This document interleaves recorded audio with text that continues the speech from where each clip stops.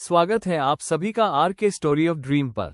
मैं हूं आपकी होस्ट और आज मैं आपके लिए लेकर आई हूं एक ऐसी रोमांचक कहानी Ananya the crown beyond blood a sequel to return of the illegitimate daughter, जो आपको शुरुआत से लेकर अंत तक बांधे रखेगी।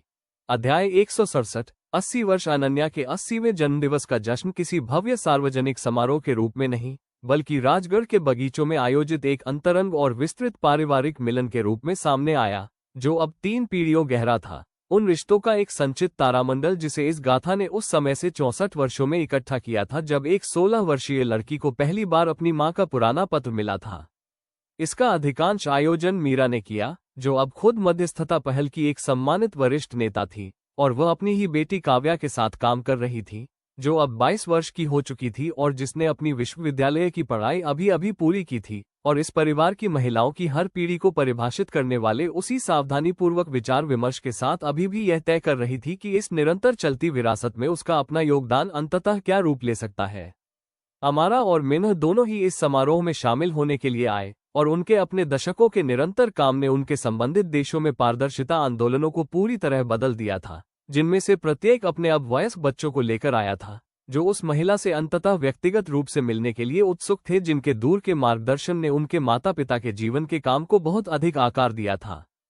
अमारा ने अनन्या को गर्मजोशी से गले लगाते हुए कहा, इतने साल पहले हमारी पहली वीडियो कॉल पर मैंने कभी नहीं सोचा था कि मैं अंततः आपके 80वें जन्मदिन पर यहाँ खड़ी होंगी और उस चीज के इर्द गिर्द एक पूरा जीवन बना चुकी होंगी जिसकी शुरुआत हमने एक साथ की थी। दशकों से ठीक इसी तरह के अप्रत्याशित विस्तार को देखने के बावजूद सच्ची हैरानी के साथ अनन्या ने स्वीकार किया, मैंने भी नहीं। मुझे लगता है कि इन सबके पीछे का असली उपहार यही है ना? हम में से किसी ने भी वो नहीं बनाया जिसे हमने मूल रूप से बनाने की शुरुआत की थी। हमने कुछ बेहतर बनाया, ठीक इसलिए क्योंकि हम इस बात के लिए खुले रहे कि ईमानदार काम को वास्तव में जहां भी जाने की आवश्यकता थी, हम वहां गए। जमा हुई भीड़ के बीच अपनी दादी को स्पष्ट, सुयोग्य आनंद के साथ चलते हुए देखती हुई काव्या को जश्न के बाद के घंटों में उनके पास बैठने का एक शांत पल मिल गया। उसने कहा, नानी, मुझे लगता है कि मैंने तय कर लिया है कि मैं आगे क्या करना चाहती हूँ। मैं कानून की पढ़ाई करना चाहती हूँ और अंततः संवैधानिक सुधार के क्षेत्र में काम करना चाहती हूँ। ये ठीक आपका काम या मम्मा का काम नहीं है। उसी अंतर्निहित सवाल का मेरा अपना संस्करण जिसे आपने हमेशा पूछा है। अनन्या का दिल एक और पीढ़ी को केवल अपनी विशिष्ट विरासत को विरासत में पाने के बजाय इस विरासत को पूरी तरह से स्वतंत्र रूप से चुनते हुए देखने के विशेष और पूर्ण संतोष से भर गया। उन्होंने कहा, तो तुम्हें बिल्कुल वही बनाना चाहिए बेटी, जो भी ईमानदार काम तुम्हें अपनी ओर बुलाए। मैं वादा करती हूँ, इसका रूप चाहे जो भी हो, ये काफी होगा। अध्याय 168। यहाँ से नजारा उस रात में देर से, जब जश्न के अधिकांश मेहमान जा चुके थे और केवल निकटतम परिवार ही बचा था, जो उसी छत पर आराम से एकत्रित था जिसने इस साधारण जीवन के लगभग हर महत्वपूर्ण मोड़ को देखा था। अनन्या कबीर के साथ चुपचाप बैठ गई और 6 दशकों के साझा इतिहास के साथ अर्थ से कहीं अधिक समृद्ध हो चुके बगीचों पर रेगिस्तानी सितारों को उतरते हुए देखने लगी। उन्होंने इस साधारण तथ्य पर आश्चर्य व्यक्त करते हुए नरमी से कहा, 80 वर्ष। मैं मुंबई के एक अस्पताल के कमरे में बैठी उस 16 साल की लड़की के बारे में सोचती रहती हूँ, जो इतनी डरी हुई थी, इतनी अनिश्चित थी कि उसकी माँ के पत्र का उसके जीवन के लिए वास्तव में क्या मतलब होगा।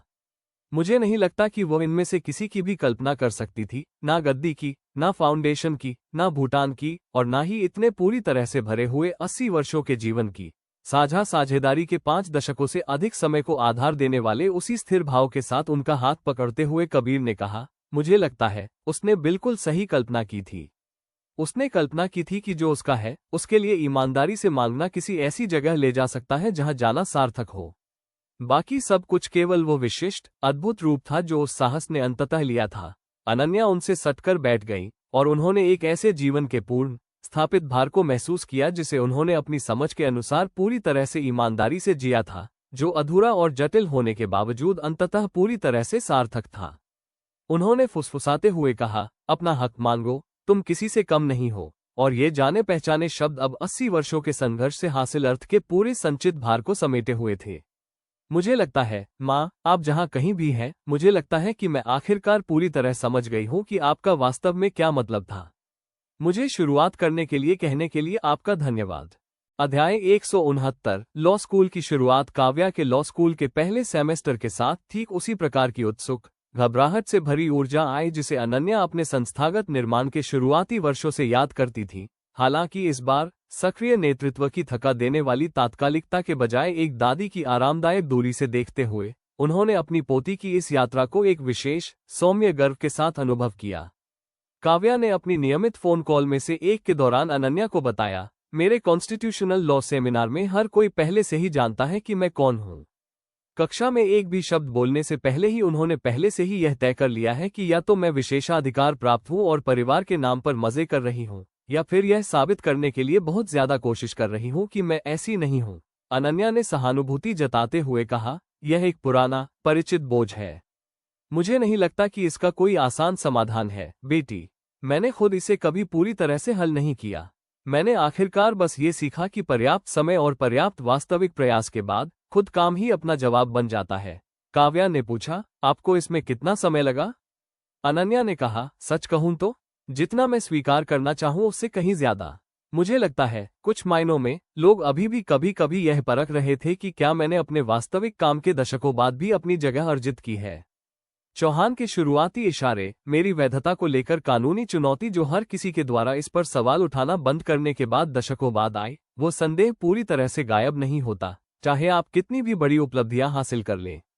जो चीज बदलती है वो ये है कि जब आप अपनी खुद की क्षमता के पर्याप्त वास्तविक प्रमाण तैयार कर लेते हैं तो दूसरों का संदेह वास्तव में आपको कितना परेशान करता है वह कम हो जाता है।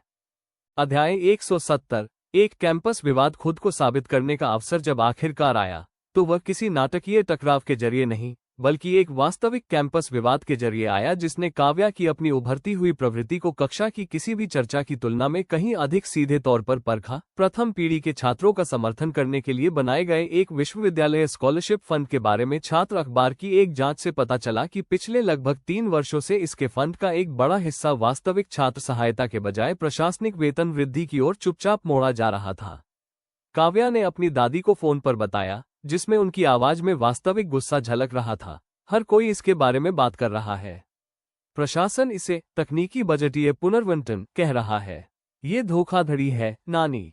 ये ठीक उसी तरह की चीज है जिसके खिलाफ आपने अपना पूरा जीवन संघर्ष किया है। अनन्या ने जानबूझकर अपनी पोती की अपनी प्रवृत्ति को समझे बिना कोई सलाह न देते हुए पूछा, तुम इसके बारे में क्या करने जा रही हो? काव्या थोड़ी देर के लिए चुप रही।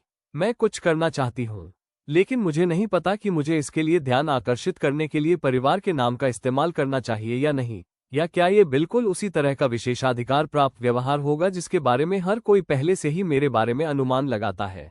अनन्या ने कहा, ये पूछने के लिए एकदम सही सवाल है। मुझे नहीं लगता कि इसका कोई सार्वभौमिक जवाब है। मुझे लगता है कि यह पूरी तरह से इस बात पर निर्भर करता है कि आपके पास जो भी प्रभाव है उसका उपयोग करना वास्तव में उन छात्रों की सेवा करता है जिन्हें नुकसान पहुंचाया जा रहा है, या क्या यह मुख्य रूप से कुछ साबित करने की आपकी अपनी आवश्यकता को पूरा करता है। केवल आप ही ईमानदारी से यह जवाब दे सकती हैं कि यह वास्तव में इनमें से क्या है। आने वाले दिनों में काव्या ने इस पर सावधानीपूर्वक विचार किया और अंततः एक ऐसा रास्ता चुना जिसने अपनी सावधानीपूर्वक और सोची समझी संयमशीलता से अनन्या को भी चकित कर दिया। अपने परिवार के काफी बड़े सार्वजनिक प्रभाव का आह्वान करने के बजाय उसने एक औपचारिक छात्र गठबंधन का आयोजन किया, मूल खोजी पत्रकारों के साथ व्यवस्थित रूप से दस्तावेज जुटाए और सार्वजनिक अभियान से अपने परिवार के संबंधों को पूरी तरह से दूर रखते हुए उचित संस्थागत चैनलों के माध्यम से विश्वविद्यालय के बोर्ड से याचिका दायर की। अध्याय 171। अपने ही तरीके से इसे अर्जित करना। यह अभियान अंततः किसी भी नाटकीय सार्वजनिक हस्तक्षेप के बजाय महीनों के सावधानीपूर्वक व्यवस्थित छात्र संगठन के माध्यम से सफल हुआ। विश्वविद्यालय के बोर्ड को बढ़ते आंतरिक दबाव और तेजी से सार्वजनिक होते दस्तावेजों के सामने फंड के मोड़ने की प्रक्रिया को औपचारिक रूप से उलटना पड़ा और नए स्वतंत्र निगरानी तंत्र लागू करने पड़े जो उन ढांचों से काफी मिलते जुलते थे जिन्हें अनन्या ने दशकों तक परिष्कृत करने में बिताए थे। हालांकि काव्या ने इन्हें किसी भी प्रत्यक्ष पारिवारिक मार्गदर्शन के बजाय पूरी तरह से अपने खुद के शोध के माध्यम से बनाया था। इसके बाद काव्या ने अपनी दादी को बताया, जिसकी आवाज में वास्तविक गर्व साफ झलक रहा था, मैंने एक बार भी आपके नाम का इस्तेमाल नहीं किया। किसी भी सार्वजनिक बयान में नहीं, प्रशासकों के साथ किसी भी बैठक में नहीं। मैं चाहती थी कि यह मेरा हो जिसे मैंने वास्तव में क्या होना चाहिए इसकी अपनी समझ के माध्यम से बनाया हो। मीरा के अपने अनौपचारिक अपडेट के माध्यम से अभियान की प्रगति को चुपचाप फॉलो करने वाली और बिना मांगे मार्गदर्शन देने की इच्छा का जानबूझकर विरोध करने वाली अनन्या ने कहा, मैं जानती हूँ, मुझे अब तक आपके द्वारा की गई लगभग किसी भी चीज से ज्यादा इस पर गर्व है बेटी। इसलिए नहीं कि परिणाम सामान्य से अधिक महत्वपूर्ण था, बल्कि इसलिए कि आपने बिना इस बात का सहारा लिए कि मैंने क्या बनाया है, अपने रास्ते को आसान बनाने के लिए इसके अपने खुद के ईमानदार तरीके को खोज लिया। एक बार हल हो जाने के बाद कैंपस के इस विवाद ने धीरे धीरे काव्या के सहपाठियों और प्रोफेसरों के नजरिए को बदल दिया। वो शुरुआती हफ्तों के संदेह अब गायब हो गए थे और उसकी प्रदर्शित योग्यता और अखंडता के लिए वास्तविक अर्जित सम्मान ने उसकी जगह ले ली थी, जिसे उसने किसी भी विरासत में मिले लाभ के बजाय अपने खुद के सावधानीपूर्वक धैर्यवान काम से हासिल किया था। छुट्टियों में घर आने पर काव्या ने अनन्या से कहा, मुझे लगता है कि मैं आखिरकार उस बात को समझ गई हूं जो आपने मेरे जन्मदिन की पार्टी में मुझसे कहने की कोशिश की थी। आपकी विरासत को केवल विरासत में पाने के बजाय इस काम का अपना संस्करण बनाने के बारे में। मुझे लगा था कि मैं तब इसे समझ गई थी। मुझे नहीं लगता कि मैं वास्तव में इसे तब समझ पाई थी, जब तक कि मुझे खुद अपने दम पर कठिन तरीके से इसे साबित नहीं करना पड़ा। अनन्या मुस्कुराई, अपने परिवार की ईमानदार विरासत को उस क्षेत्र में जेन्युइन तरीके से आगे बढ़ते हुए देखने के विशेष और पूर्ण संतोष का अनुभव करते हुए जहां उन्होंने खुद व्यक्तिगत रूप से कभी कदम नहीं रखा था। एक विश्वविद्यालय छात्रवृत्ति फंड, छात्रों की एक ऐसी पीढ़ी जिसका बचाव करने से पहले काव्या कभी नहीं मिली थी, और पूरी तरह से उनकी पोती के अपने आविष्कार का एक विशिष्ट धैर्यवान आयोजन का तरीका। उन्होंने नरमी से कहा, यही तो बात है काव्या, इस काम में आपका उचित स्वागत है, मेरी पोती के रूप में नहीं बल्कि आपके अपने रूप में। अध्याय 172, छोटे हाथों के लिए एक कहानी। काव्या की कैंपस विजय को एक आरामदायक और गर्व से भरे दूर के स्थान से देखते हुए अनन्या खुद को एक ऐसी परियोजना की ओर आकर्षित महसूस करने लगी जो उन्होंने पहले प्रयास की गई किसी भी चीज की तुलना में काफी छोटे पैमाने पर थी। एक बच्चों की किताब जो उनकी मां के पत्र के आवश्यक रूप और उसके स्थायी पाठ को इतने सरल रूप में प्रस्तुत करती थी कि सबसे कम उम्र के पाठक भी उसे समझ सकें। उसी अभिलेखागार आर्काइव कक्ष में शुरुआती मसौदे तैयार करते हुए, जिसने उनके असाधारण जीवन के हर दूसरे बड़े प्रोजेक्ट को देखा था, उन्होंने कबीर से कहा, मैं दशकों से ट्रस्ट द्वारा सेवा दिए गए गांवों के सभी बच्चों के बारे में सोचती रहती हूँ। वे उस दुनिया के भीतर बड़े हुए हैं जिसे इस काम ने बनाया है, बिना ये समझे कि इसके अस्तित्व में आने की कहानी क्या है। मुझे लगता है कि उन्हें कुछ ऐसा देना मूल्यवान है जो 6 या 7 साल की उम्र में वास्तव में हाथ में रखने के लिए काफी सरल हो, न कि वो जटिल वयस्क संस्करण जिसे मैंने अंततः अपनी आत्मकथा में लिखा था। महीनों के सावधानीपूर्वक और जानबूझकर सरलीकृत मसौदा तैयार करने के बाद जब वह किताब आखिरकार आकार में आई, तो उसने अपने सबसे आवश्यक रूप में कहानी बयां की। एक युवा लड़की जिसे अपनी मां से एक पत्र मिलता है जिसमें उसे अपने हक के लिए मांगने के लिए कहा जाता है, और उस लड़की की यह खोज की ईमानदारी से मांगना, तब भी जब ये डरावना हो, हमेशा उस साहस के लायक होता है जिसकी इसके लिए आवश्यकता होती है। उन्होंने इसे खुद ही चित्रित किया। उनके अभी भी अधूरे लेकिन सच्चे आनंद से भरे पेंटिंग कौशल ने अंततः अपना सबसे उपयुक्त उपयोग पा लिया था। सरल, गर्म छवियां जिन्होंने तकनीकी सटीकता के बजाय भावनात्मक सत्य को कैप्चर किया था। ठीक वही गुणवत्ता जिसे इशिता ने दशकों पहले उनके शुरुआती, सबसे अनाड़ी कैनवास में पहचाना था। अध्याय 173, बच्चे क्या समझे। इस किताब का प्रकाशन, जिसे जानबूझकर छोटे पैमाने पर रखा गया था, सबसे पहले मूल 12 गांवों के स्कूलों में वितरण पर केंद्रित था, साथ ही उन समुदायों के व्यापक नेटवर्क पर भी जिन्हें इस फ्रेमवर्क ने अंततः पहुंचाया था। यह कोई व्यावसायिक प्रकाशन उपक्रम नहीं था, बल्कि उन विशिष्ट समुदायों के लिए एक सच्चा उपहार था जिनके अपने ईमानदार आत्मविश्लेषण ने इस पूरी कहानी को संभव बनाया था। किताब की शुरुआती रीडिंग के लिए अनन्या ने व्यक्तिगत रूप से कई स्कूलों का दौरा करने पर जोर दिया, और बच्चों की प्रतिक्रियाओं में उन्हें ऐसा कुछ मिला जिसने उनके वयस्क करियर की किसी भी अंतर्राष्ट्रीय मान्यता या संस्थागत उपलब्धि की तुलना में उन्हें अधिक गहराई से प्रभावित किया। चंद्रपुरा के एक स्कूल में रीडिंग के दौरान, वही गांव जिसकी बाढ़ ने दशकों पहले उनकी अपनी शादी में देरी करने की धमकी दी थी, एक विशेष रूप से सीधे स्वभाव के 7 साल के बच्चे ने पूछा, पत्र ने सिर्फ ये क्यों नहीं कहा कि गद्दी ले लो? इसने सिर्फ ये क्यों कहा कि जो तुम्हारा है उसके लिए मांगो? ये तो भ्रमित करने वाला है। दशकों पहले किसी भी जटिल नीतिगत पूछताछ पर वह जैसे गंभीरता से विचार करती, ठीक वैसे ही अनन्या ने इस सवाल पर गंभीरता से विचार किया। उन्होंने कहा, क्योंकि जो तुम्हारा है उसका मतलब अलग अलग लोगों के लिए अलग अलग चीजें हो सकता है। मेरे लिए इसका मतलब एक पिता, एक परिवार और अंततः आपके जैसे गांवों की मदद करने के लिए ढेर सारा काम था। आपके लिए इसका मतलब कुछ पूरी तरह से अलग हो सकता है, कुछ ऐसा जिसे आपने अभी तक खोजा भी नहीं है। पत्र मुझे यह नहीं बता रहा था कि मुझे वास्तव में क्या हासिल करना है। यह मुझे ये जानने के लिए काफी बहादुर बनने के लिए कह रहा था।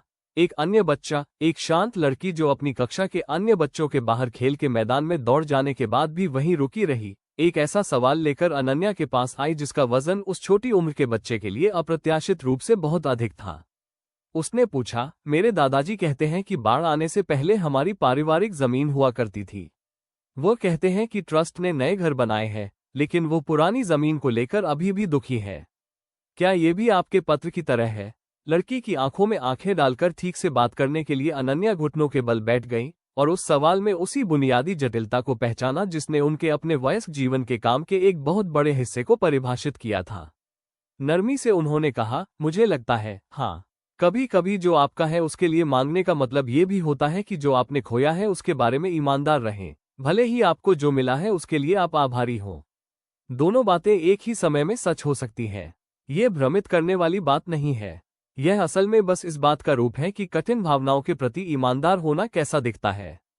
अध्याय 174, एक पत्र जो कई गुना बढ़ गया। किताब का शुरुआती गांवों में वितरण से परे धीरे धीरे और स्वाभाविक रूप से फैलना, शिक्षकों द्वारा अतिरिक्त प्रत्ययों का अनुरोध करना, मुंह जबानी इसके बारे में सुनने वाले अन्य स्कूल और अंततः उन समुदायों के व्यापक नेटवर्क में एक मामूली लेकिन सच्चा अनुसरण विकसित होना जिसे फाउंडेशन के काम ने छुआ था, अनन्या को एक ऐसा विशेष शांत संतोष दे रहा था जो उनकी किसी भी बड़ी संस्थागत उपलब्धि से अलग था। पुस्तक की बढ़ती पहुंच पर अपडेट की समीक्षा करते हुए उन्होंने मीरा से कहा, मुझे लगता है कि यह वास्तव में उस चीज का सबसे शुद्ध रूप हो सकता है जिसे मैं हमेशा से बनाना चाहती थी। कोई गद्दी नहीं, कोई राष्ट्रीय नीति ढांचा नहीं, यहां तक कि अंतर्राष्ट्रीय फेलोशिप भी नहीं। बस यही, मां के वास्तविक पाठ का सबसे सरल संभव संस्करण, जो इतने कम उम्र के बच्चों तक पहुंच रहा है कि वे इसे अपने पूरे जीवन आगे ले जा सके, इससे पहले कि उन्हें कभी इसके पीछे की अधिक जटिल वयस्क कहानी को समझने की आवश्यकता पड़े। मध्यस्थता पहल का नेतृत्व करने वाले अपने सफल करियर के बीच में पहुंच चुकी मीरा ने बचपन से ही उन्हें परिभाषित करने वाली विचारशील गंभीरता के साथ इस पर विचार किया। उन्होंने कहा, मुझे लगता है कि आप सही कह रही हैं, लेकिन मुझे ये भी लगता है कि यह वास्तव में आपके द्वारा बनाई गई हर दूसरी चीज से अलग नहीं है। ये सिर्फ वही पाठ है जिसे इतने छोटे रूप में अनुवादित किया गया है जिसे सबसे कम उम्र के पाठक पकड़ सकें। गद्दी, ढांचा, फेलोशिप, वे सभी वास्तव में इस छोटी सी किताब में मौजूद उसी साधारण विचार के बड़े, अधिक जटिल संस्करण है। अनन्या ने इस पर विचार किया और अपनी मां की मूल 2 पंक्तियों, अपने हक के लिए मांगो, तुम किसी से कम नहीं हो, के पूर्ण समग्र चक्र को महसूस किया, जो अब एक साथ एक राष्ट्रीय नीति ढांचे के रूप में मौजूद थी जो एक पूरे देश में बुनियादी ढांचे की जवाबदेही को फिर से आकार दे रहा था।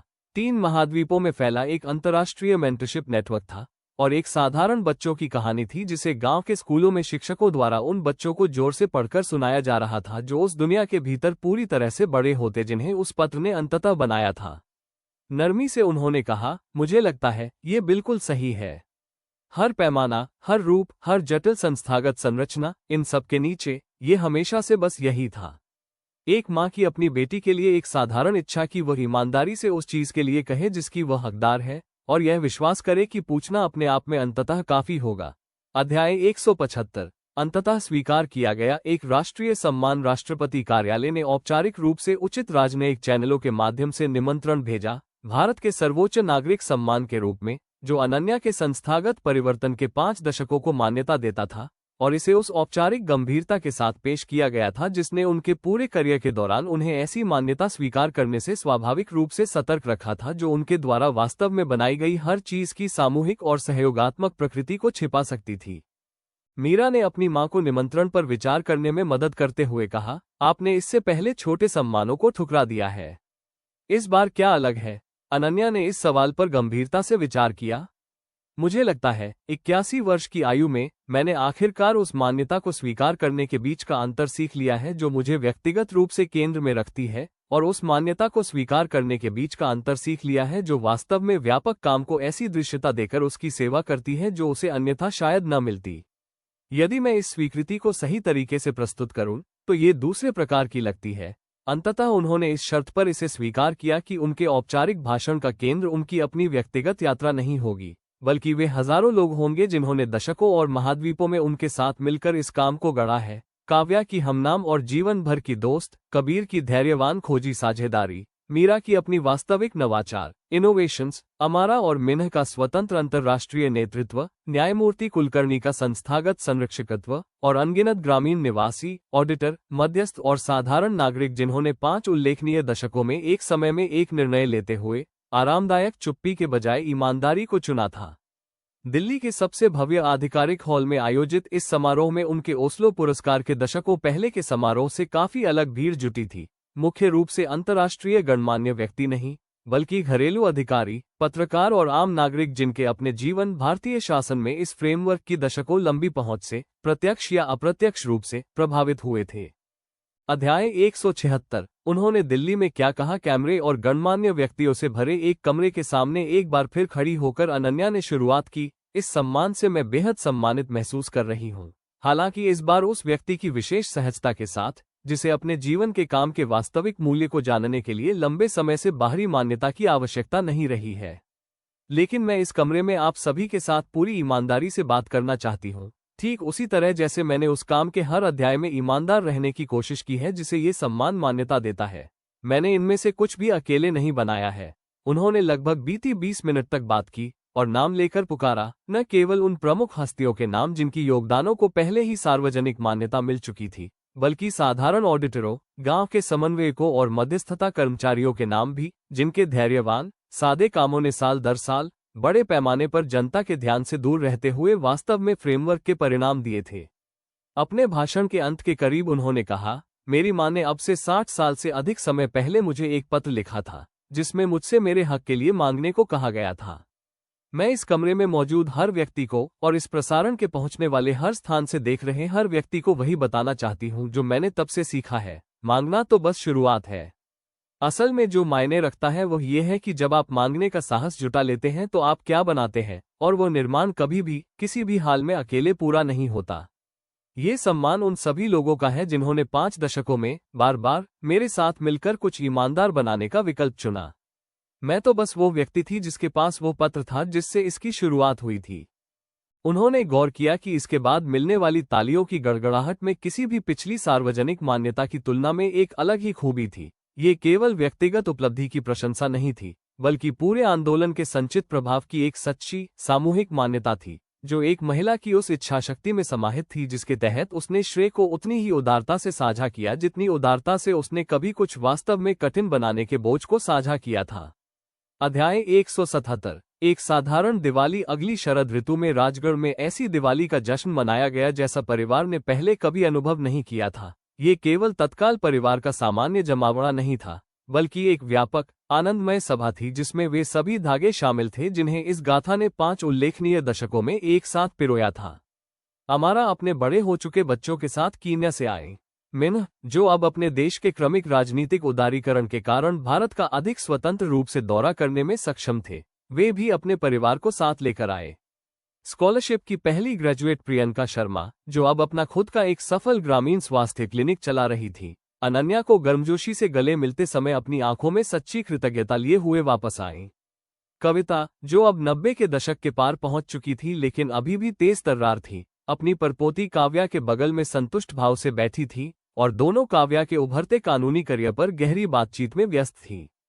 अनन्या अब समारोह के बीच धीरे धीरे चल रही थी। उनके कदमों को पहले की तुलना में अधिक सावधानी की आवश्यकता थी, लेकिन उनकी उपस्थिति में वही गर्मजोशी और जुड़ाव भरा ध्यान था जिसने उनके असाधारण जीवन के हर अध्याय को परिभाषित किया था। प्रियंका की छोटी बेटी से उसके स्कूल के बारे में पूछने के लिए रुकना, मिन्ह के देश के निरंतर सुधार के प्रयासों के अपडेट को ध्यान से सुनना, वीर के पोते पोतियों के किसी ऐसे मजाक पर खुलकर हंसना जिसे उन्होंने समारोह के आनंदमय शोर के बीच आधा ही सुना था।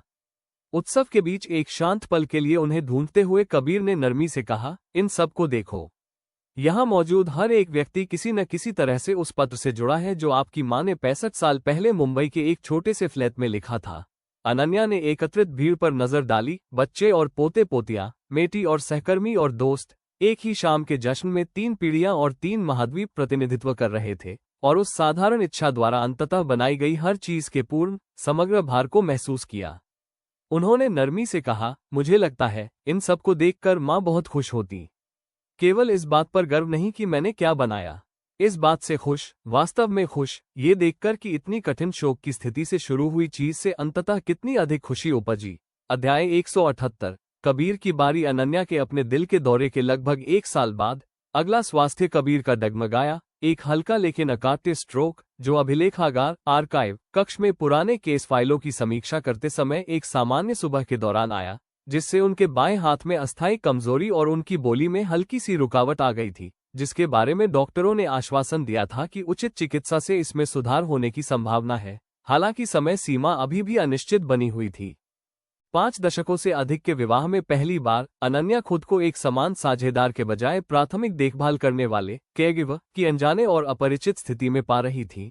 एक ऐसी भूमिका का उलटफेर जिसने उनके रिश्ते में कुछ ऐसा परखा जिसे दोनों में से किसी को भी पहले कभी इतने सीधे तौर पर नहीं संभालना पड़ा था।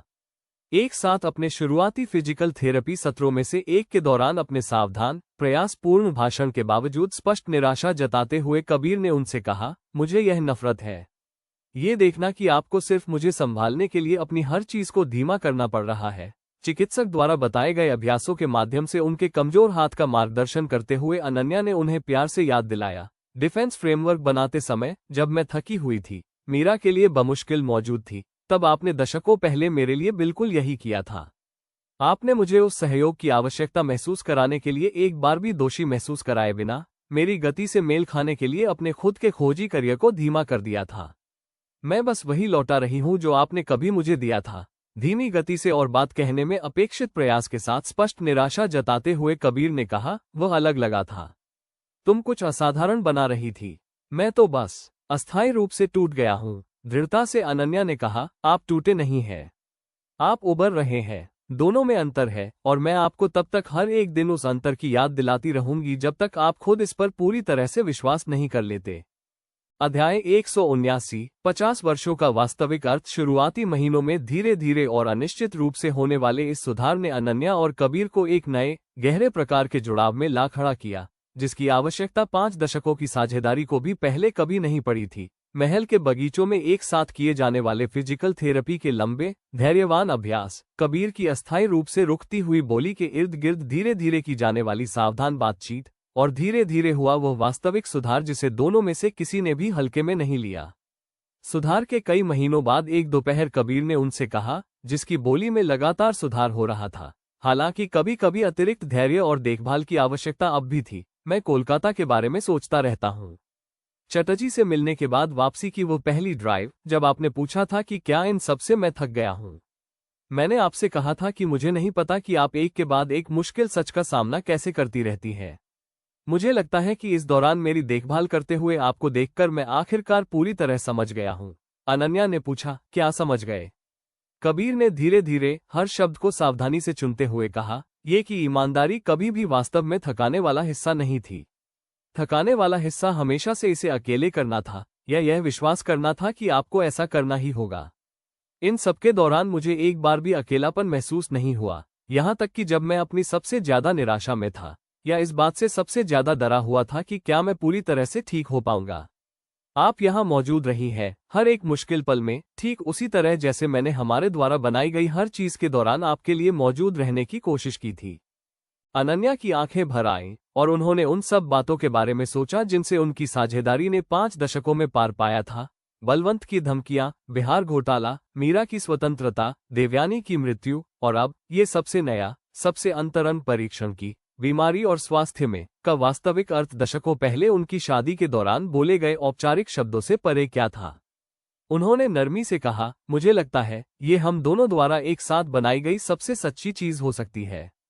ट्रस्ट नहीं, ढांचा नहीं, यहां तक कि मीरा और काव्या के अपने असाधारण जीवन भी नहीं। बस ये एक दूसरे के लिए हर परिस्थिति में मौजूद रहने का चुनाव करने के 50 वर्ष, बिना एक बार भी दूसरे व्यक्ति को इसका सामना पूरी तरह से अकेले करने दिए। अध्याय 180। एक पूर्ण सुधार। एक अधिक गहरी समझ। शुरुआती स्ट्रोक के लगभग 1 साल बाद जब कबीर का स्वास्थ्य अंततः अपनी पूरी और अपेक्षित रिकवरी पर पहुंचा, तो उनके शुरुआती लक्षणों का केवल बहुत हल्का सा अवशेष ही बाकी रह गया था। तेजी से बोलते समय कभी कभार होने वाली हल्की सी झिझक, जो किसी ऐसे व्यक्ति को शायद ही कभी महसूस होती जिसने उनकी इस सावधान, धैर्यवान रिकवरी के पूरे दौर को न देखा हो। उन्होंने उसी बगीचे में, जहां उन्होंने दशकों पहले कभी शादी का प्रस्ताव रखा था, बिल्कुल अकेले और शांति से इसका जश्न मनाया, वहां जहां उनके साझा जीवन के इतने सारे सबसे कोमल पल इन वर्षों में सामने आए थे। अपनी जानी पहचानी और सहज लय में पूरी तरह से लौट चुकी आवाज के साथ कबीर ने कहा, मैं तुमसे कुछ कहना चाहता हूं। कुछ ऐसा जिसे मुझे लगता है कि मैंने हमारे द्वारा बनाई गई हर चीज के बीच कभी भी पर्याप्त स्पष्टता से नहीं कहा है। अनन्या ने पूछा, वह क्या है? उन्होंने कहा, दशकों पहले मुझे एक ऐसी महिला से प्यार हो गया था जो देश के आधे हिस्से में सच का पीछा करती फिरती थी। मैंने उसी महिला को संस्थाएं बनाते, एक बेटी की परवरिश करते, सहशासक बनते, अंतर्राष्ट्रीय मान्यता प्राप्त करते और अब मेरे अपने जीवन के सबसे कठिन वर्ष के दौरान बिना एक बार भी मुझे बोझ महसूस कराए, बल्कि सिर्फ एक ऐसे व्यक्ति के रूप में जिसे वह प्यार करती थी, मेरी देखभाल करते हुए देखा है। मुझे लगता है कि मैंने बौद्धिक रूप से यह समझ लिया था कि हमने एक साथ मिलकर कितना असाधारण जीवन बनाया है, लेकिन मुझे नहीं लगता कि मैं इसे अपनी हड्डियों में तब तक पूरी तरह समझ पाया था, जब तक मैंने आपको मेरे अपने सुधार के हर एक मुश्किल पल के ठीक उसी तरह मौजूद रहने का विकल्प चुनते हुए नहीं देखा, जिस तरह आपने इस परिवार के सामने आने वाले हर एक कड़े सच के लिए मौजूद रहने का विकल्प चुना था। अनन्या ने उनके ठीक हो चुके स्थिर हाथ को थामा और 5 दशकों की सच्ची साझेदारी के पूर्ण भार को महसूस किया, जिसे इस असाधारण जीवन द्वारा उनसे मांगे गए हर एक कठिन अध्याय के माध्यम से परखा और सिद्ध किया गया था। नरमी से उन्होंने कहा, मुझे एक ऐसे आदमी से प्यार हो गया था जिसने मेरे परिवार के इतिहास में खोई हुई महिलाओं को ढूंढा और उनमें से हर एक के साथ ऐसा बर्ताव किया जैसे उनकी कहानी मायने रखती हो। मुझे लगता है कि वह बिल्कुल वही आदमी है जिसने अभी अभी 1 साल ये साबित करते हुए बिताया है कि प्यार का मतलब वास्तव में साथ देना है, खासकर तब जब साथ देना वास्तव में कठिन हो। मुझे नहीं लगता कि हम दोनों को ये समझने के लिए कि इस जीवन ने हमसे जो कुछ भी मांगा है, उसके पार हमने साथ मिलकर वास्तव में क्या बनाया है, इससे अधिक किसी जटिल चीज की आवश्यकता है। अध्याय 181। डिनर में एक नाम लॉ स्कूल से घर की अपनी एक यात्रा के दौरान परिवार के साथ रात के खाने पर काव्या ने लगभग सहजता से पहले उसका जिक्र किया। अर्जुन देशमुख नामक एक सहपाठी, जिसका जिक्र मूट कोर्ट प्रतियोगिता का वर्णन करते हुए जाने अनजाने में हुआ, फिर अगले हफ्ते फिर से, और उसके बाद वाले हफ्ते फिर से, यहाँ तक कि मीरा भी, जो अपने खुद के व्यस्त करियर के बीच ऐसी बातों पर ध्यान देने वाली आखिरी व्यक्ति थी, आखिरकार मेज के पार अपनी भौहें सिकोड़ ली। मनोरंजन से भरी आवाज में मीरा ने कहा, तुमने 3 बातचीत में इस अर्जुन का नाम 4 बार लिया है। क्या हमें और सवाल पूछने चाहिए? अनन्या को दशकों पहले के अपने वे दिन याद आ गए जब वह खुद किसी शांत खोजी के प्रति अपनी बढ़ती भावनाओं को पहली बार स्वीकार कर रही थी, और ठीक वैसी ही शर्मिंदगी और खुशी से काव्या का चेहरा लाल हो गया। काव्या ने कहा, हम सिर्फ दोस्त हैं, हालांकि उसके लहजे से उस साधारण शब्द की तुलना में कहीं अधिक जटिलता झलक रही थी। वो असल में बहुत होशियार है, हमारी कॉन्स्टिट्यूशनल लॉ क्लास में सबसे आगे है। उसका परिवार नागपुर में एक छोटा सा लीगल एड क्लिनिक चलाता है। वो असल में कानून में इसी तरह दिलचस्पी लेने लगा था। उसने अपने माता पिता को उन लोगों की मदद करते देखा जो अन्यथा प्रतिनिधित्व का खर्च उठाने में असमर्थ थे। अनन्या ने शांत और समझदार मनोरंजन के साथ बात सुनी और अपनी पोती के उस सावधान, जानबूझकर कम करके आके गए विवरण में ठीक वही पैटर्न पहचाना जो उन्हें दशकों पहले कबीर के बारे में अपनी शुरुआती बातचीत से याद था। किसी की रोमांटिक रुचि स्वीकार करने से पहले उसके पारिवारिक इतिहास और चरित्र का जिक्र करने का वह खास, गौर करने लायक विवरण। अनन्या ने प्यार से कहा, वह ऐसा व्यक्ति लगता है जिसे वास्तव में परिवार से मिलवाया जाना चाहिए। बेटी, जब भी तुम इसके लिए तैयार हो जाओ। कोई दबाव नहीं है, बस एक प्रस्ताव है, जब भी यह सही लगे। अध्याय 182। अर्जुन से मुलाकात। राजगढ़ में अर्जुन का आखिरकार हुआ आगमन। परिवार की बातचीत में उसका नाम पहली बार आने के लगभग 1 साल बाद एक ऐसे युवा को सामने लाता है जिसका शांत और विचारशील स्वभाव तुरंत ही अनन्या को बिल्कुल उसी उम्र के कबीर की याद दिलाता है। सतर्क, बिना किसी जल्दबाजी के और किसी ऐसे परिवार के सामने कोई खास प्रभाव छोड़ने की कोशिश करने के बजाय आसपास के लोगों को समझने में ज्यादा उत्सुक, जिसका रसूख किसी ऐसे व्यक्ति को डरा सकता था जो अपने मूल्यों को लेकर इतना आत्मविश्वासी न हो। परिवार के इतिहास के इतने सारे पन्ने जिस बगीचे में पलटे थे, उसी के एक कोने में एक निजी बातचीत के दौरान उसने अनन्या से कहा, मैं मानता हूं कि मैं आपसे मिलने से घबराया हुआ था। महल या रसूख की वजह से नहीं, इसलिए क्योंकि काव्या आपके काम के बारे में इतनी गहरी श्रद्धा से बात करती है। मैं बस इतना चाहता था कि मैं यहाँ होने के वाकई योग्य बन सकूं, न कि सिर्फ इसलिए बर्दाश्त किया जाऊं कि मैं कल को शायद उसका कौन बनूंगा। अनन्या ने उसकी इस सचेत आत्म जागरूकता में कुछ ऐसा पहचाना जो उन्हें खुद दशकों पहले अपनी विरासत में मिले अधिकार और कमाई हुई इज्जत के बीच संतुलन बनाते हुए सीखना पड़ा था। उन्होंने कहा, फिक्र करने के लिए ये बिल्कुल सही बात है। काव्या ने मुझे आपके परिवार के लीगल एड क्लिनिक के बारे में बताया है। इस तरह का काम मेरे लिए किसी भी ऐसी योग्यता या संपर्क से कहीं ज्यादा मायने रखता है जो आप इस बातचीत में ला सकते हैं। अर्जुन का चेहरा सच्ची और बेलाग उत्सुकता से चमक उठा। उसने अपने माता पिता के दशकों के उस धैर्यवान और ज्यादातर अनसुने काम के बारे में बताया जो वे उन परिवारों को कानूनी प्रतिनिधित्व देने के लिए करते थे जो कभी इसका खर्च नहीं उठा सकते थे। बेदखली रुकवाना, मजदूरी चोरी के मुकदमे जीतना, घरेलू हिंसा के खिलाफ सुरक्षा आदेश दिलवाना, और यह सब न्यूनतम संसाधनों तथा अधिकतम शांत संकल्प के साथ हासिल किया जाता था। उसने कहा, उन्होंने कभी उतना बड़ा कुछ नहीं बनाया जितना आपके परिवार ने हासिल किया है, लेकिन मुझे लगता है कि उन्होंने मुझे अपने छोटे से तरीके से वही बुनियादी सबक सिखाया है। वो ये कि कोई भी मान्यता अंततः मिलने से कहीं ज्यादा महत्वपूर्ण उसका वास्तविक काम होता है। अनन्या के भीतर एक गर्मजोशी और निश्चितता सी भर गई। उन्होंने इस सतर्क और विचारशील युवा में ठीक उसी तरह के जीवनसाथी को पहचान लिया जिसकी उन्होंने, बिना पूरी तरह खुद से कहे भी, उम्मीद की थी कि उनकी पोती को शायद कभी मिल पाएगा। ऐसा व्यक्ति जो परिवार के रसूख की तरफ आकर्षित न हो, बल्कि जो इसके बुनियादी मूल्यों को सचमुच समझता हो और उनसे जुड़ा हो। अध्याय 183। एक सवाल जो गूंजा जब प्रस्ताव, विवाह का प्रस्ताव, लगभग 2 साल बाद आखिरकार आया, तो वो एक सोची समझी, शांत सादगी के साथ सामने आया। बिना अर्जुन के किसी खास इरादे के भी, यह उसी दबी हुई कोमलता की याद दिला रहा था जिसने दशकों पहले अनन्या और कबीर की सगाई को खास बनाया था। एक शांत बगीचा, कोई भव्य समारोह नहीं, बस 2 लोग जो बिना किसी बड़े दिखावे के एक दूसरे को अपनी मर्जी से चुन रहे थे, ताकि इस बात पर मुहर लग सके कि वे दिल से क्या महसूस करते हैं।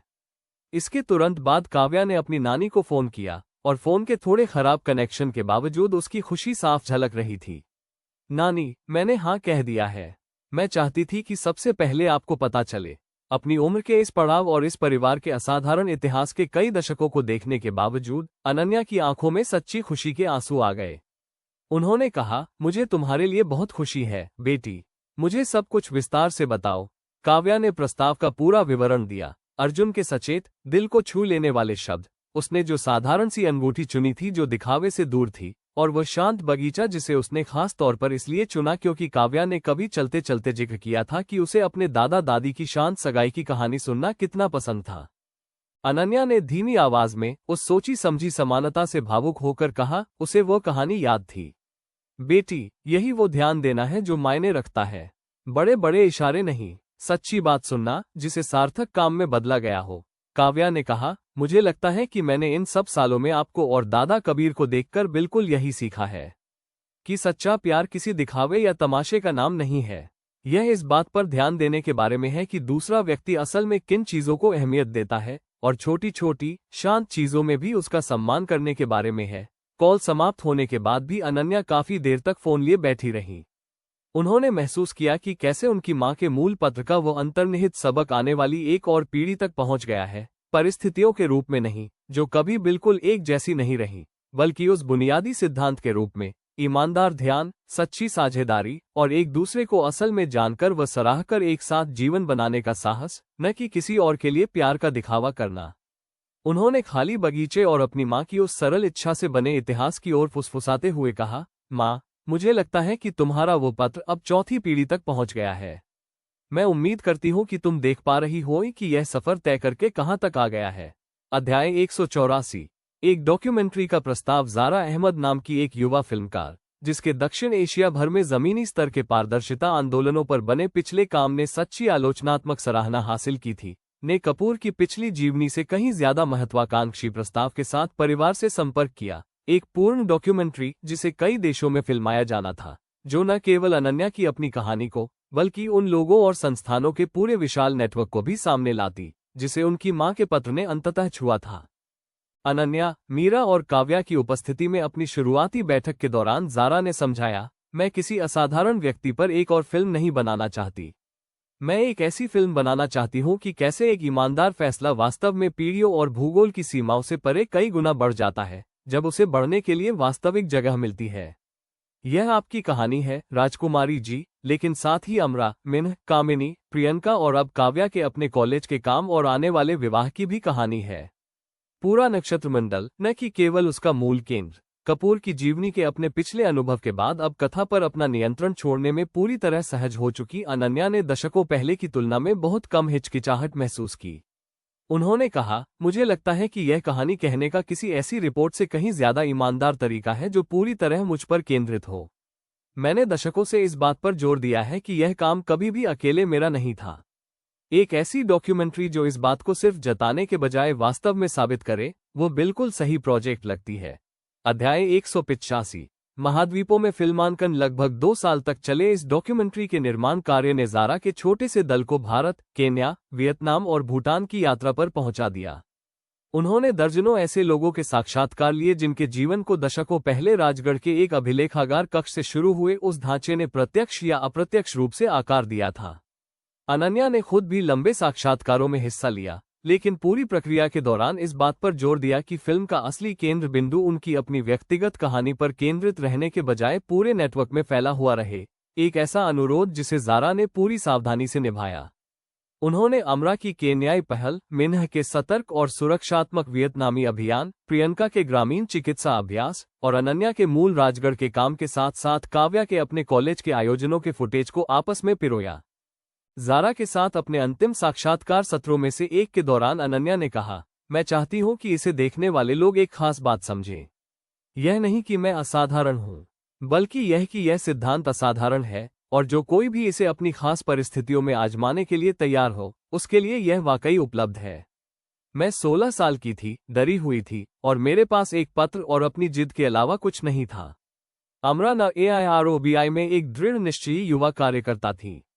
मिन्ह वास्तविक खतरे का सामना कर रही एक सतर्क सिविल सेवक थी। काव्या एक कानून की छात्रा है जो इस समय अपना खुद का रास्ता खुद तय कर रही है। हम में से किसी को भी असाधारण इंसान बनने की जरूरत नहीं थी। हमें बस ईमानदारी से पूछने के लिए तैयार रहने की जरूरत थी, और तब तक पूछते रहने की, जब तक इसमें जो समय लगना था लगा। फिल्म के औपचारिक रिलीज से पहले इसे देखने वाले शुरुआती समीक्षकों के अनुसार इस डॉक्यूमेंट्री का सबसे शक्तिशाली हिस्सा बलवंत या चौहान के साथ अनन्या का कोई नाटकीय टकराव नहीं था, बल्कि चंदपुरा के स्कूल में फिल्माया गया एक शांत दृश्य था, जिसमें बच्चे अनन्या की साधारण चित्र पुस्तक को एक साथ मिलकर पढ़ रहे थे। इसके तुरंत बाद सैकड़ों किलोमीटर दूर प्रियंका के अपने ग्रामीण क्लिनिक में मरीजों की जांच करते हुए फुटेज को दिखाया गया था, बिना किसी कमेंट्री या वॉइस ओवर के। यह इस बात का दृश्य प्रमाण था कि एक अकेले पत्र की साधारण इच्छा आखिरकार कितनी दूर तक यात्रा कर चुकी थी। अध्याय 186। एक प्रीमियर, एक पूरा चक्र। इस डॉक्यूमेंट्री का प्रीमियर किसी प्रतिष्ठित अंतर्राष्ट्रीय फिल्म समारोह में नहीं, बल्कि उसी छोटे से मुंबई के अस्पताल में आयोजित किया गया जहां अनन्या की अपनी यात्रा मूल रूप से शुरू हुई थी। इस अनोखी शाम ने 6 दशकों के दौरान इस गाथा से जुड़े लगभग हर महत्वपूर्ण व्यक्ति को एक साथ ला खड़ा किया। अमरा और मिन्ह क्रमशः केन्या और वियतनाम से यात्रा करके पहुंचे। कामिनी और उनके अब वृद्ध हो चुके बच्चे, प्रियंका अपने ग्रामीण अभ्यास से एक दुर्लभ विराम लेकर आई। काव्या और अर्जुन एक नव सगाईशुदा जोड़े के रूप में शामिल हुए, और कविता, जो 90 के पार हो चुकी थी लेकिन आज भी उतनी ही तेज थी और अपने परिवार के साथ हुई इस जीवन के अंतिम दौर की पुनर्मिलन की हर अप्रत्याशित बात से बेहद प्रसन्न थी।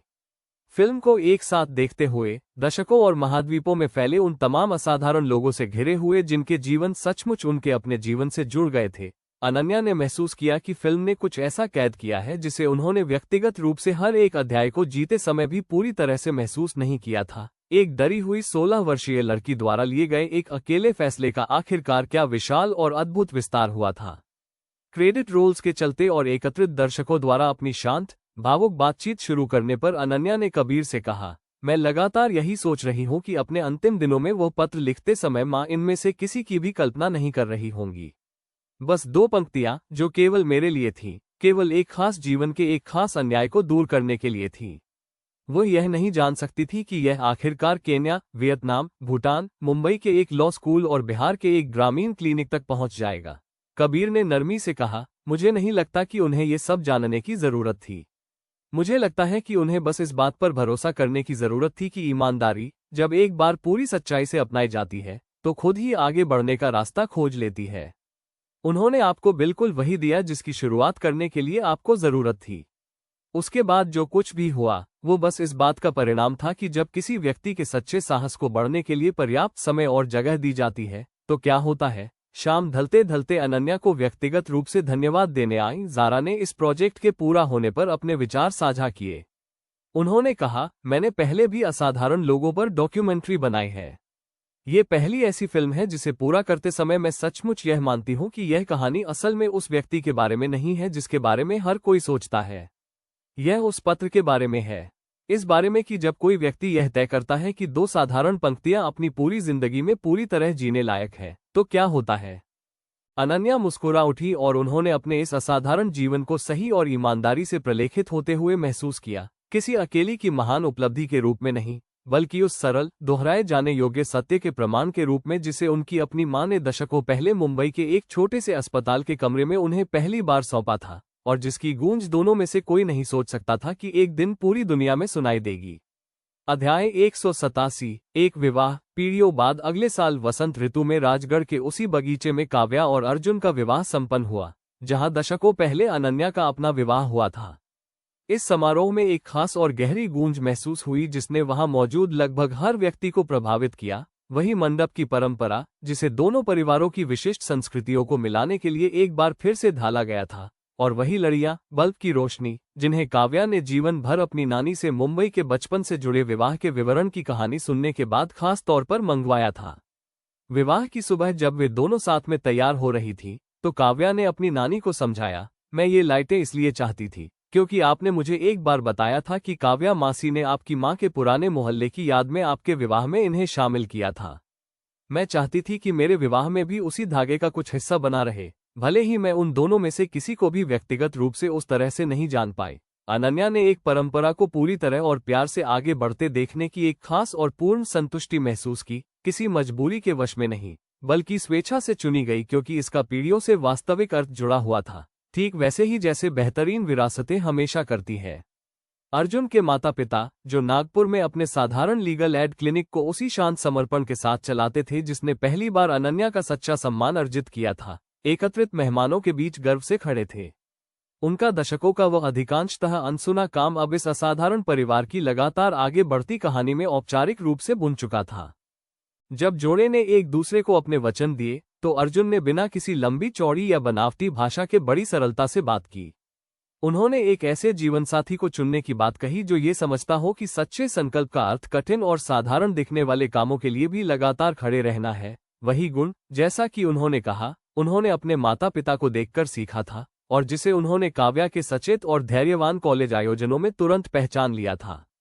अध्याय 188। जो सबसे छोटी ने समझा। रेगिस्तान की शाम में बहुत देर तक चली रिसेप्शन पार्टी में अनिया खुद को प्रियंका शर्मा की अपनी 8 साल की छोटी बेटी के बगल में बैठा हुआ पाया, जो अपनी मां के साथ जश्न में शामिल होने आई थी।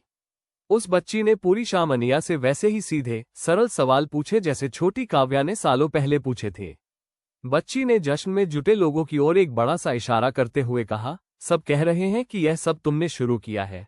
वहां अमरा के बड़े बच्चे पास ही नाच रहे थे। मेनका का परिवार राजगढ़ के मौजूदा मंत्रियों के साथ गंभीर बातचीत में डूबा हुआ था। सच्चे हिसाब किताब से बनी एक कहानी की 3 पीढ़ियां सच्ची, बेफिक्र खुशी में एक साथ इकट्ठा थी। लेकिन मेरी माँ कहती है कि यह सब असल में एक खत की वजह से है। मेरी समझ में नहीं आता कि एक खत ये सब कैसे कर सकता है। अनिया ने इस सवाल पर उतनी ही सावधानी और गंभीरता से विचार किया जितना वो कभी किसी जटिल नीतिगत मामले पर किया करती थी। उसने कहा, एक खत सिर्फ कागज पर लिखे कुछ शब्द होते हैं बेटी, लेकिन शब्द बीजों की तरह हो सकते हैं। मेरी माँ ने बहुत समय पहले एक बीज बोया था, सिर्फ 2 सीधी लाइनें। मैंने इसके अलावा कुछ नहीं किया, सिवाय इसके कि उस बीज को दबाए रखने के बजाय हर एक दिन असल में उसे सींचा। तुम्हारी माँ ने भी अपनी तरफ से, अपने तरीके से, अपने बीज के साथ यही किया। असल में यहाँ आज रात मौजूद हर शख्स ने अपनी अपनी अलग परिस्थितियों में यही किया है। बचपन की सीधी सादी और असीम जिज्ञासा से आंखें फाड़कर उस बच्ची ने पूछा, तो क्या इसे कोई भी उगा सकता है? अनिया ने तस्दीक करते हुए कहा, कोई भी। वो खत असल में कोई जादू नहीं है बेटी। जादू बस हर दिन लगातार ईमानदारी को चुनने में है, तब भी जब यह मुश्किल हो, इतनी देर तक कि आखिरकार वह बढ़कर इतनी बड़ी चीज बन जाए जितनी बड़ी तुम आज रात यहाँ सब कुछ देख रही हो। अध्याय 189।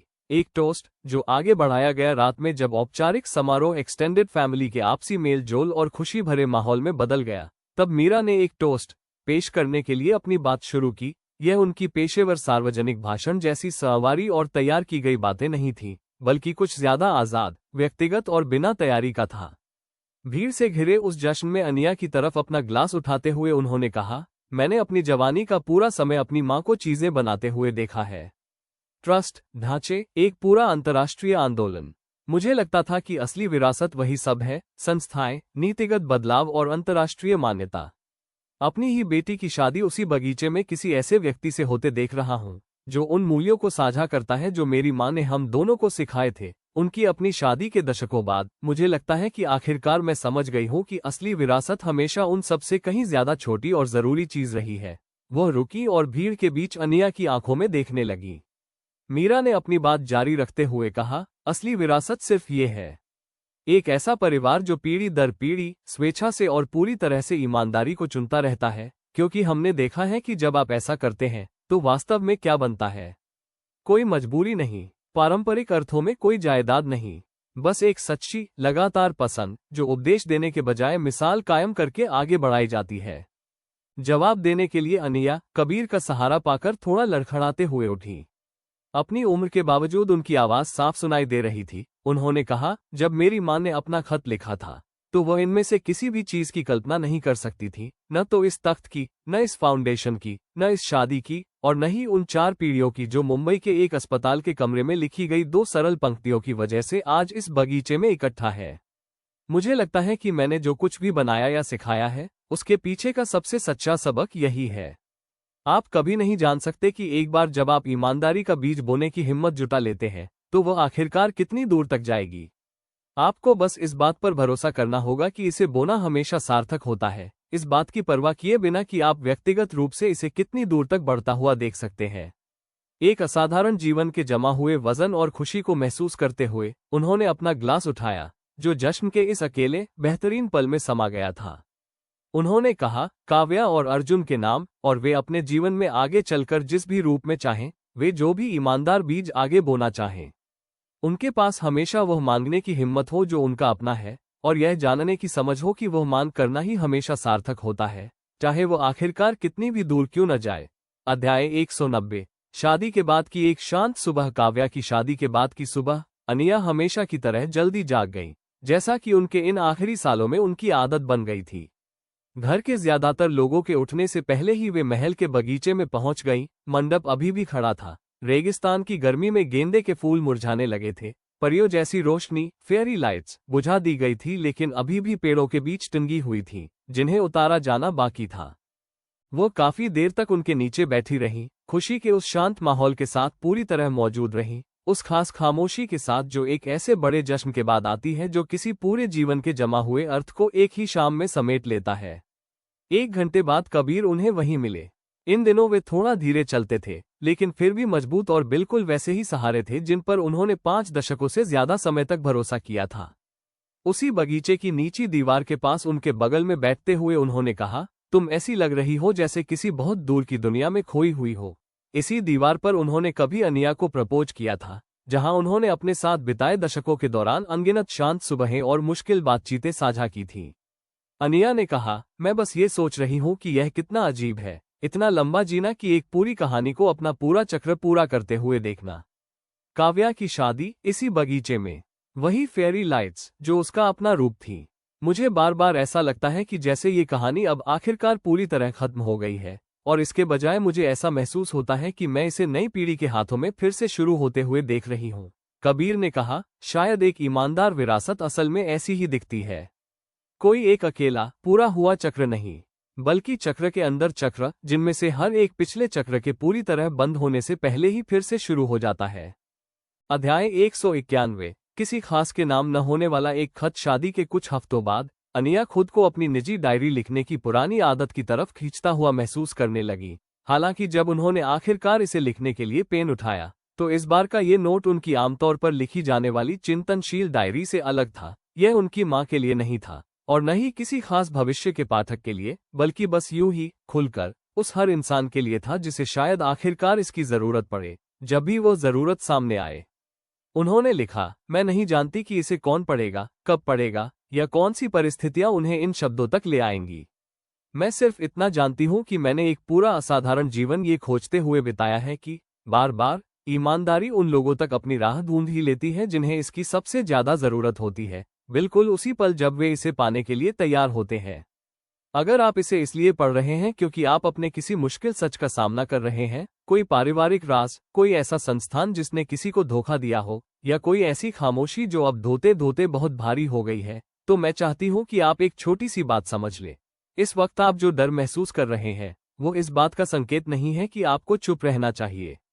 ये तो बस उस बात का स्वाभाविक वजन है कि आप एक ऐसी दुनिया में अपने होने का महत्व चुन रहे हैं जो अक्सर दूसरी तरफ मुंह फेर लेना ज्यादा आसान समझती है।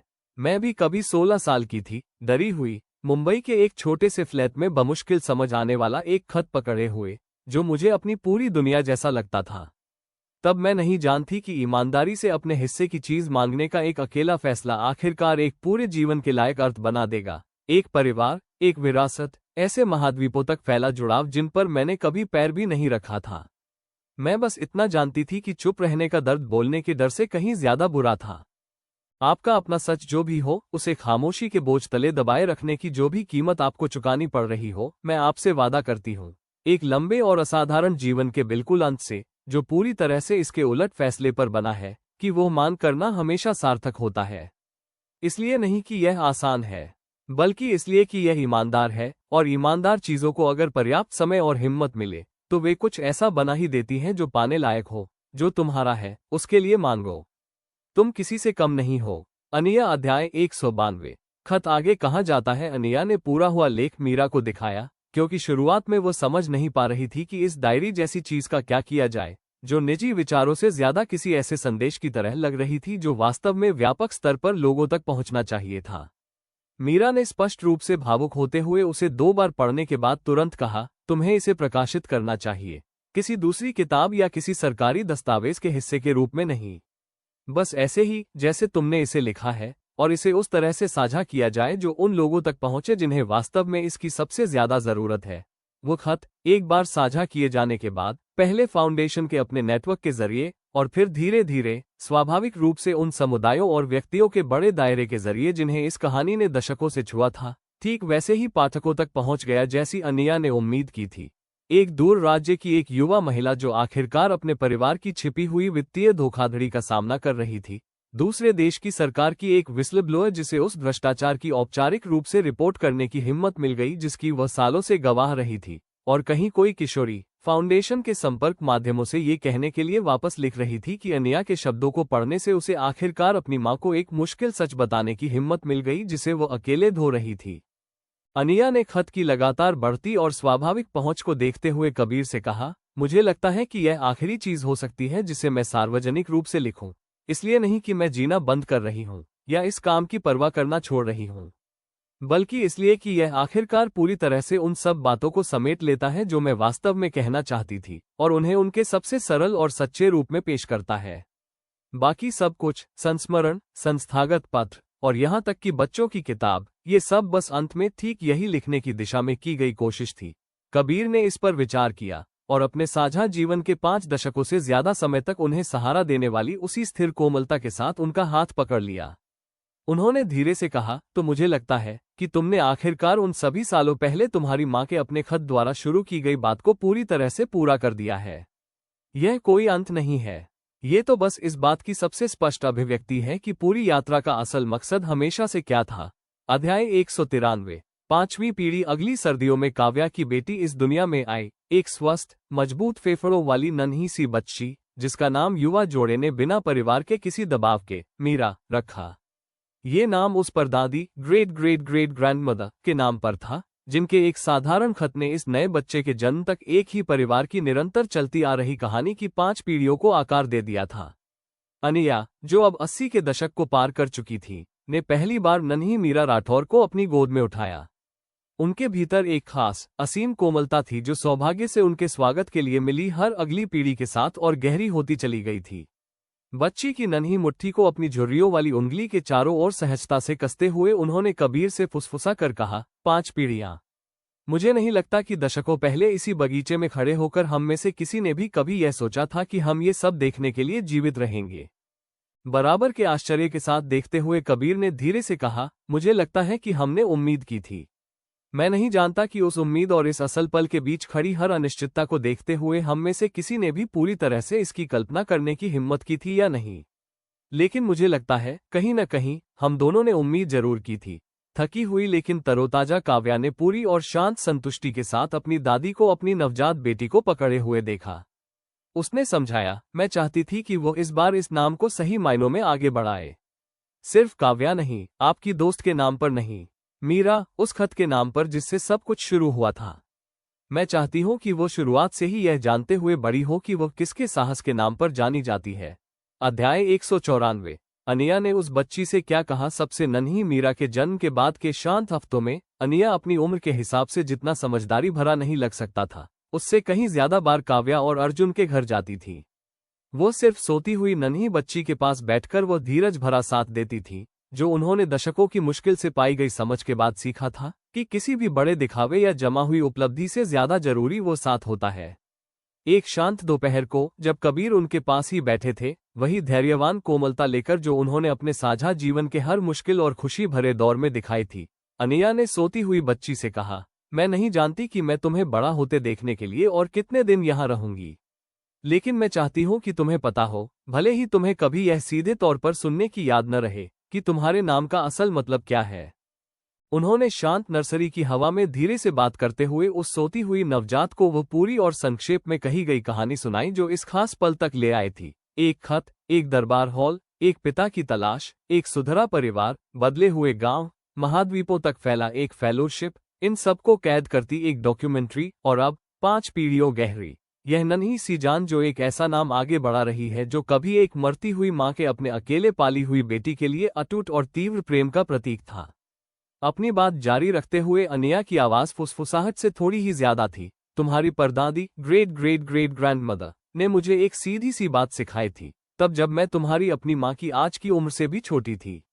उन्होंने मुझे अपने हिस्से की चीज मांगना सिखाया और यह भरोसा करना सिखाया कि वो मांग करना ही हर कीमत से ज्यादा मूल्यवान है। मैंने अपनी पूरी जिंदगी उन्हें बार बार सही साबित करने में बिता दी, उन तरीकों से जिनकी हम दोनों में से किसी ने कल्पना भी नहीं की थी।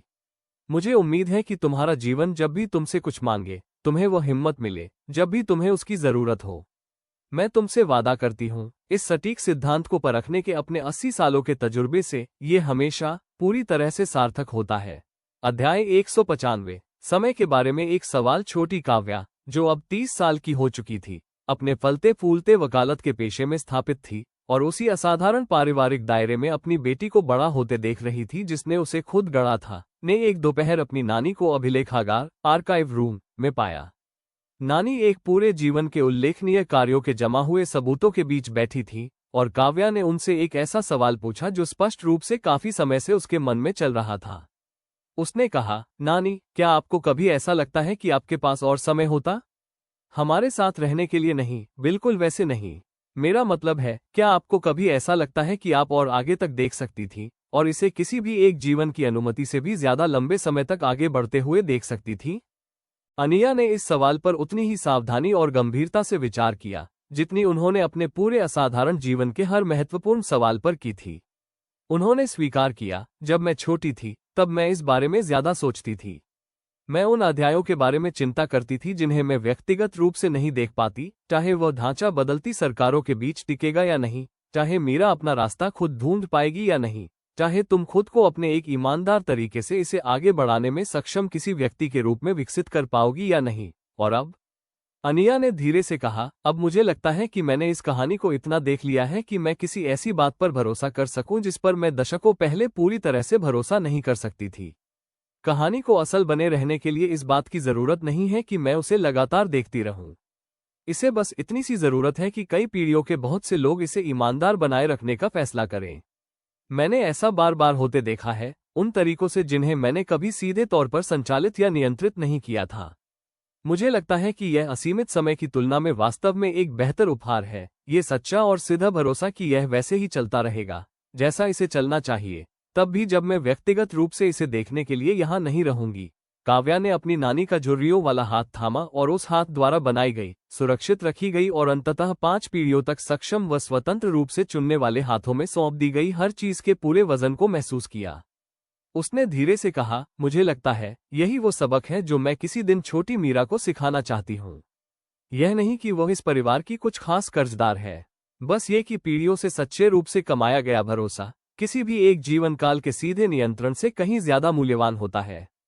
अध्याय 196। एक शांत ठहराव। अपने 84वें वर्ष में अनिया के स्वास्थ्य में अपनी एक शांत, बिना किसी जल्दबाजी के गिरावट शुरू हुई। कोई एक नाटकीय संकट नहीं, बल्कि वो क्रमिक, कोमल ठहराव जो उन लोगों के हिस्से में आता है जो जल्दबाजी के बजाय प्रेम से घिरे हुए वास्तविक बुढ़ापे तक पहुंचने के भाग्यशाली होते हैं। उनके दोपहर के समय छोटे होने लगे। बगीचे में उनकी सैर ज्यादा नपी तुली हो गई और देवयानी की याद के साथ बगीचे में होने वाली उनकी पेंटिंग अब ज्यादातर यादों में ही होती थी। हालांकि उन्होंने ब्रश अपने पास ही रखे थे और जिस दिन उनके हाथ काफी स्थिर महसूस होते थे, उस दिन वे कभी कभार 1-2 बार स्ट्रोक लगाने की कोशिश कर लेती थीं। अपने साथ बिताई जाने वाली अब अक्सर होने वाली शांत सुबहों में से एक में उन्होंने कबीर से कहा, मैं डरी हुई नहीं हूं। मैं चाहती हूं कि तुम इसे साफ तौर पर जान लो, ताकि हमारे पास जो भी समय बचा है उसके लिए तुम मेरी खातिर चिंता करने में अपना समय न बिताओ। कबीर का हाथ, जो सालों पहले आए अपने स्ट्रोक से पूरी तरह उबर चुका था, अनिया के हाथ में बिल्कुल स्थिर था। कबीर ने धीरे से कहा, मैं जानता हूं। मैंने तुम्हें जहर, भ्रष्ट मंत्रियों, एक मरते हुए आदमी की आखिरी क्रूरता, मेरे अपने स्वास्थ्य लाभ और देवयानी के जाने का सामना करते हुए देखा है, और वो सब बिना एक बार भी वो खास स्थिरता खोए। मुझे नहीं लगता कि बुढ़ापा वो चीज बनने जा रहा है जो आखिरकार अनिया राठौर सिंह को डरा दे। उन्होंने हल्की सी मुस्कान के साथ कहा, ये बुढ़ापा नहीं है जिससे मैं नहीं डरती। ये बस एक ऐसी कहानी का स्वाभाविक अगला अध्याय है जिस पर पूरी तरह भरोसा करना मैंने 84 वर्षों में सीखा है। मैंने कुछ ऐसा बनाया है जिसे अब मेरी जरूरत नहीं है, इसलिए नहीं कि मेरे लिए इसका महत्व खत्म हो गया है, बल्कि इसलिए कि मुझे आखिरकार इस पर पूरा भरोसा है कि यह मेरे व्यक्तिगत रूप से यहाँ न होने के बाद भी सक्षम हाथों में ईमानदारी से आगे बढ़ता रहेगा। अध्याय 197। वह क्या कहना चाहती थी। एक बार जब परिवार ने डॉक्टरों के सावधानीपूर्वक आकलन के अर्थ को आपसी सहमति से, ईमानदारी से स्वीकार कर लिया, तो उन्होंने अपने बचे हुए महीने ठीक वैसे ही बिताए जैसे वे हमेशा से सबसे अच्छा करती आई थी, बिना किसी डर और सोच समझकर यह चुनना कि बचा हुआ समय कैसे बिताना है। उन्होंने मीरा के साथ लंबे, बिना किसी जल्दबाजी के दोपहर के समय बिताए। फाउंडेशन के काम की समीक्षा करने के बजाय बस बातें की। मीरा के अपने बचपन के बारे में, एक संस्थान का निर्माण करते समय बेटी को पालने के खास अनुभवों के बारे में, और उस सब कुछ के बारे में जो एक माँ और बेटी ईमानदारी से भरे, मुश्किल और आखिरकार आनंद से भरे जीवन के दौरान इकट्ठा करती है। उन्होंने नन्ही मीरा को, जो अब अपने छोटे पैरों पर लड़खड़ाते हुए चल रही थी, उतनी बार अपनी गोद में उठाया जितनी बार उनकी अपनी ताकत ने इजाजत दी, और वही आधी अधूरी याद रहने वाली लोरियां गाईं जो कभी उनकी अपनी मां ने मुंबई के एक छोटे से फ्लैट में उन्हें सुनाई थी, जब इस असाधारण जीवन में से कुछ भी शुरू नहीं हुआ था। एक शांत शाम को उन्होंने परिवार को एक साथ इकट्ठा होने के लिए कहा, किसी औपचारिक घोषणा के लिए नहीं, बल्कि इसलिए कि वे बस एक आखिरी बार सभी को एक ही कमरे में एक साथ देखना चाहती थी। आदित्य, जो अब खुद बुजुर्ग हो चुके थे लेकिन अभी भी तेज तर्रार थे, इशिता और वीर अपने अपने भरे पूरे परिवारों के साथ, मीरा, काव्या और नन्ही मीरा, कबीर, उनके पास वैसे ही स्थिर खड़े थे जैसे वे आधे से अधिक सदी से थे, कविता, जो अभी भी जीवित थी और 100 वर्ष पार कर चुकी थी, जिन्होंने अपने जीवन के आखिरी दशकों में एक ऐसा परिवार पा लिया था जिसे उन्होंने कभी हमेशा के लिए खो दिया हुआ मान लिया था। उन्होंने उनसे कहा, उनकी आवाज अब कमजोर हो गई थी लेकिन उसमें वही परिचित गर्माहट बरकरार थी जिसने दशकों की मुश्किल से पाई गई ईमानदारी के बीच इस परिवार को जोड़े रखा था। मेरे पास देने के लिए कोई महान अंतिम ज्ञान नहीं है। मुझे लगता है कि मैं वो सब कुछ पहले ही कह चुकी हूँ जो वास्तव में मायने रखता था, अपनी माँ द्वारा लिखे गए 2 सरल नियमों के अनुसार जीने की कोशिश करने के 84 वर्षों में। मैं बस आप सभी को एक बार फिर से एक साथ देखना चाहती थी और साफ तौर पर कहना चाहती थी, मैं आप सभी से प्यार करती हूँ, आप में से हर एक से, और हम सबने मिलकर जो बनाया है उस पर मुझे पूरी तरह से गर्व है। अध्याय 198। एक शांतिपूर्ण अंत। अनन्या राठौर सिंह का 3 हफ्तों बाद अपनी नींद में शांति से निधन हो गया। उसी महल में जो कभी एक डरी हुई 16 साल की लड़की के लिए किसी अजनबी का सुनहला किला हुआ करता था, और जो अब सीधे तौर पर पूरी तरह से उनका अपना घर था। बिल्कुल अंत तक कबीर का हाथ उनके हाथ में था और वो पुराना, फीका पड़ चुका खत जिसने इस पूरी असाधारण यात्रा की शुरुआत की थी, पिछले कई दशकों की तरह उनके बिस्तर के पास वाली मेज पर रखा हुआ था। इसके बाद हुए औपचारिक शोक में उनके द्वारा बनाए गए इस असाधारण जीवन के हर कोने से लोग शामिल हुए। 12 मूल ट्रस्ट समुदायों के ग्रामीण प्रतिनिधि, केन्या से आई अमरा, वियतनाम से आए मिन्ह, अपने ग्रामीण क्लिनिक से छुट्टी लेकर आई प्रियंका, मध्यस्थता पहल पर जस्टिस कुलकर्णी के उत्तराधिकारी, चंदागढ़ की निरंतर साझेदारी का प्रतिनिधित्व करने वाले रानी कीर्ति देवी के पोते पोतिया, और हजारों ऐसे आम नागरिक जिनके जीवन को एक अकेले खत की असाधारण और लगातार फैलती पहुंच ने प्रत्यक्ष या अप्रत्यक्ष रूप से छुआ था। उसी दरबार हॉल में आयोजित उनकी प्रार्थना सभा, स्मृति सभा में, जिसने उनके असाधारण जीवन के लगभग हर महत्वपूर्ण मोड़ को देखा था, मीरा पूरे परिवार की ओर से बोलने के लिए उठी। उनकी आवाज में वही खास स्थिरता थी जिसे सिखाने में उनकी मां ने दशकों बिताए थे। यहां तक कि आज, इस दुख के समय भी जमा हुई भीड़ से उन्होंने कहा, मेरी मां कहा करती थी कि विरासत का मतलब हमेशा बने रहना नहीं है। इसका मतलब ये सुनिश्चित करना है कि जो लोग बाद में आए, वे अपने पहले वालों की तुलना में कुछ ज्यादा ईमानदार चीज विरासत में पाएं। मुझे लगता है, आज यहाँ खड़े होकर, उन सभी लोगों से घिरे हुए जिनके जीवन को उन्होंने सच्चे अर्थों में छुआ है, हम पूरे आत्मविश्वास के साथ कह सकते हैं, वह सफल रही, और इतनी पूरी तरह से सफल रही जितनी कोई भी अकेला व्यक्ति यथोचित रूप से उम्मीद कर सकता था। वह रुकी, भीड़ के बीच अपनी बेटी और उसके बगल में बैठी नन्ही मीरा की आंखों में देखा। मीरा ने आगे कहा, मेरी माँ की अपनी माँ ने 68 साल पहले मुंबई के एक छोटे से अस्पताल के कमरे में उन्हें 2 सरल पंक्तियां लिखी थी, जो तुम्हारा है, उसके लिए मांगो। तुम किसी से कम नहीं हो। मुझे नहीं लगता कि उस समय उनमें से कोई भी यह कल्पना कर सकता था कि वे दोनों पंक्तियां आखिरकार क्या क्या बनाएंगी। एक सुधरा हुआ परिवार, बदले हुए गांव, एक अंतर्राष्ट्रीय आंदोलन, और 5 पीढ़ियां जो उसी ईमानदार साहस को आगे बढ़ा रही है। मुझे लगता है कि मेरी मां की याद को सम्मान देने का सबसे सच्चा तरीका शोक मनाना नहीं है, हालांकि हम निश्चित रूप से वह भी महसूस कर रहे हैं, बल्कि यह है, मानते रहो। आरामदायक खामोशियां चुनने के बजाय ईमानदारी को चुनते रहो। उसी तरह विश्वास बनाए रखो, जैसे वो हमेशा रखती थी, कि वो मान करना ही हमेशा पूरी तरह से सार्थक होता है। कहानी को यहीं समाप्त होने दें, दुख के बाद नहीं, बल्कि रोशनी के बीच। ये दिवाली का अवसर है, भाग 16 की घटनाओं से ठीक पहले की शरद ऋतु। महल के बगीचे हजारों छोटे दीपों से जगमगा रहे हैं। 84 वर्ष की अनिया, जिनके बाल चांदी जैसे सफेद हो चुके हैं और जो अब मजबूरी में नहीं बल्कि सिर्फ कबीर के सहारे पर अपने पैरों पर पूरी तरह स्थिर है, इस पूरे माहौल के केंद्र में खड़ी है, बिल्कुल वैसे ही जैसे वे हमेशा किसी न किसी तरह पहुंच जाती थी, चारों तरफ अपनों से घिरी हुई। कबीर उनके पास ही है, उनका हाथ अनिया के हाथ में है। दोनों को शादी किए 56 साल हो चुके हैं और कबीर, जैसा कि वे अक्सर मजाक में कहते हैं, अभी तक उनसे जरा भी बोर नहीं हुए हैं। मीरा और उनके पति आदित्य के साथ किसी पुरानी कार से जुड़े किसी पुराने मजाक पर हंस रहे हैं। इशिता और वीर के पोते पोतियां घास पर फुलझड़ियां छुड़ाते हुए दौड़ रहे हैं।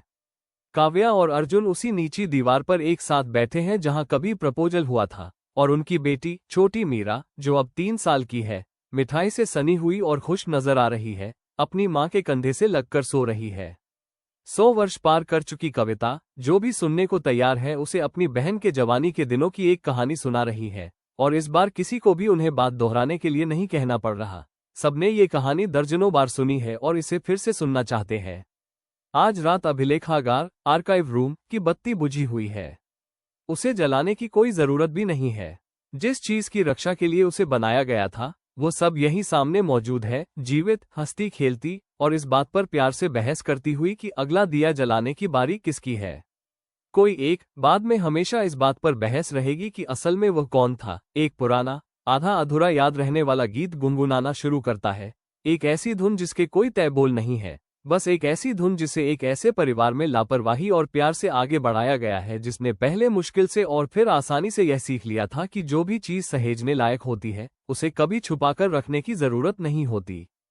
अनन्या महसूस करती है कि कबीर की उंगलियां उनके हाथ में थोड़ी और कस गई है।